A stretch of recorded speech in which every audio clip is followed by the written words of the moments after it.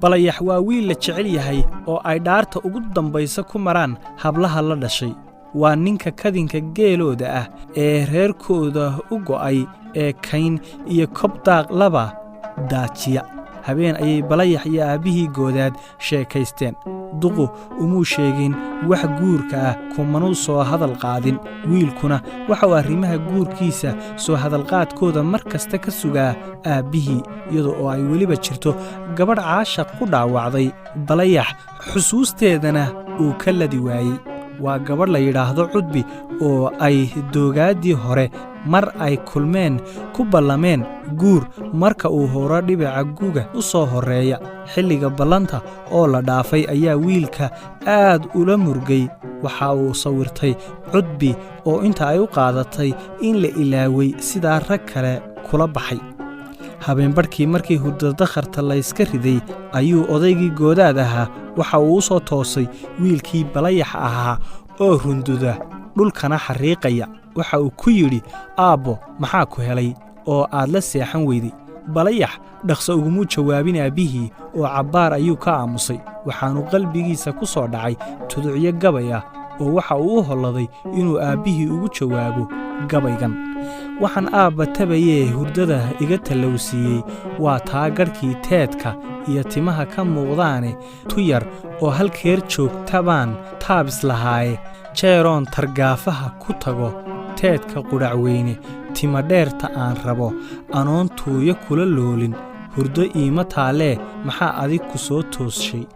odaygii baa isna sidan ugu halceliyey oo waxa uu ku yidhi, haddii balayaxow timo yar iyo teedku kugu meero wiil yahow haddaad tallaladood gabadh ku taamayso inaan aabba tabantaabiyaa waa tu waajibahe. gaafkaaga inaan tiiriyo tiirsho garabkaaga taa kula inaad iga heshaa waa tu aan rabee. aabba anigu waan kula tabciye qaado taladaada.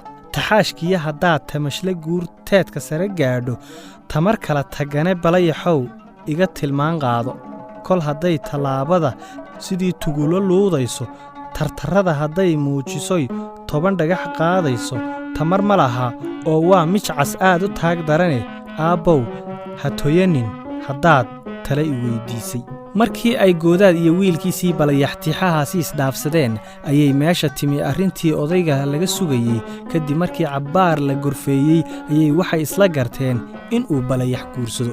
dabadeedna odaygii baa yidhi, aabba shayddaan wax la yeeliye waxa aad yeelaysaa subaxa aroorta ah laga bilaabo hawshii guurkaaga kabaha u ilo salaada horena ka lah reerkii iyo hooyadaas sii mar awrka raray ahna iibso oo waxna magaalada kaga soo muraadso waxna jicsin ama sahay ka dhigo.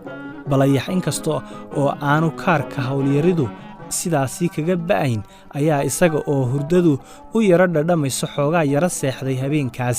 kadib subaxdaas intuu sibraar caana ah buuxsaday ayuu sii ka lahay. subaxdaasi wuxuu sii socdaba markuu jiiddii reeruhu degganaayeen cagaha soo saaray ayuu yara nastay. waxa uu bilaabay shanqadhegaysi iyo bal inuu maqlo reeraha shanqadhooda. waxa uu maqlay luuq gabdheed oo aanu dhowaanahan maqlin. dhawaaqaasi uu dhegaysanayo waa gabadh ku geeraaraysa, baranbarshaaleeyey buul shareeraay ma maantaan bah kuu helay geedba geedka u dheer laga garaaciyey galool mudhay mulaaxdiiyey. balayax wuxuu markiiba gartay in gabadhaasi walaashii tahay, taas oo baloolay cod dheer ahayd. in yar kadib waxa uu soo gaadhay reerkii, kadibna aqalladii muu eegine waxa uu ku leexday geed damal ah oo reerka korkiisa ah. geedkaasi waxa hoos fadhiyey koox dumar ah. waxa ay iyaga oo goob ah ku dareerinayeen kabad qabyo ahayd oo markaasi farta lagu hayey. kabaddaasi waxa unugtay gabadh walaashii ah, waxayna ugu tala gashay wiilka balayax ah aqalkiisa mar dhow la alkumi doono.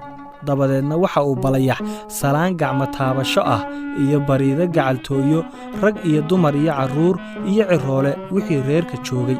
habeenkii dambe goor caways dambe ah ayuu balayax hooyadii ku wargeliyey inuu aabbihii kula soo taliyey inuu guursado gabadhuu doono. hooyadiina arrintaas riyaaq ayay ku soo dhowaysay. kadib Balayax iyo hooyadii waxa ay galeen falanqaynta reerkii lagu hagaagi lahaa iyo inanta la tuhmaya midda ay tahay. ha yeeshee Balayax gabadhii cudbi ahayd ee ay ballameen mooyaane niyaddiisa kuma jirto gabadh kale oo la raadiya. gabadhaasna wuu ka qariyaa reerkooda sababtoo ah labada reer ayaa col ahaa muddo badan oo ay islayn jireen. haddii gabadhaas iyo reerkooda laga maqlana wiilka waaba laga caydhinayaa reerkooda. Balayax hooyadii baa inta ay soo ag fadhiisatay oo ay garabka gacanteeda ka saartay ayay iyada oo yoolbaadhaysa waxa ay hadal kaftan ah ku tidhi, hooyo, horta miyaanad hablaha la haasaawin? weligaa gabadhna afka ma u kala qaaday oo ma la haasawday? ta kale gabayada iyo maahmaahaha sidee baad isku tihiin? ilaanay ninka amuumiyaha ah haweenku uma soo joogsadaane, oo waa tii hore loo yidhi nimaan hadlin habartiina wax ma siiso. kadibna Balayax intuu dhoola caddeeyey ayuu ku yidhi, hooyo, gabdhaha imika joogaa ma maahmaah iyo gabay inay u baahan yihiin baad u malaynaysaa? waa loo gacan haadiyaa oo way ku soo raacayaane. markaasay hooyadii inta ay afka gacanta saartay ayay ku tidhi, waar ha ii keenin kuwa gacan haadiska ku imanaya, soo hadhowna gacan haadis kale ku dhaqaaqi mayso.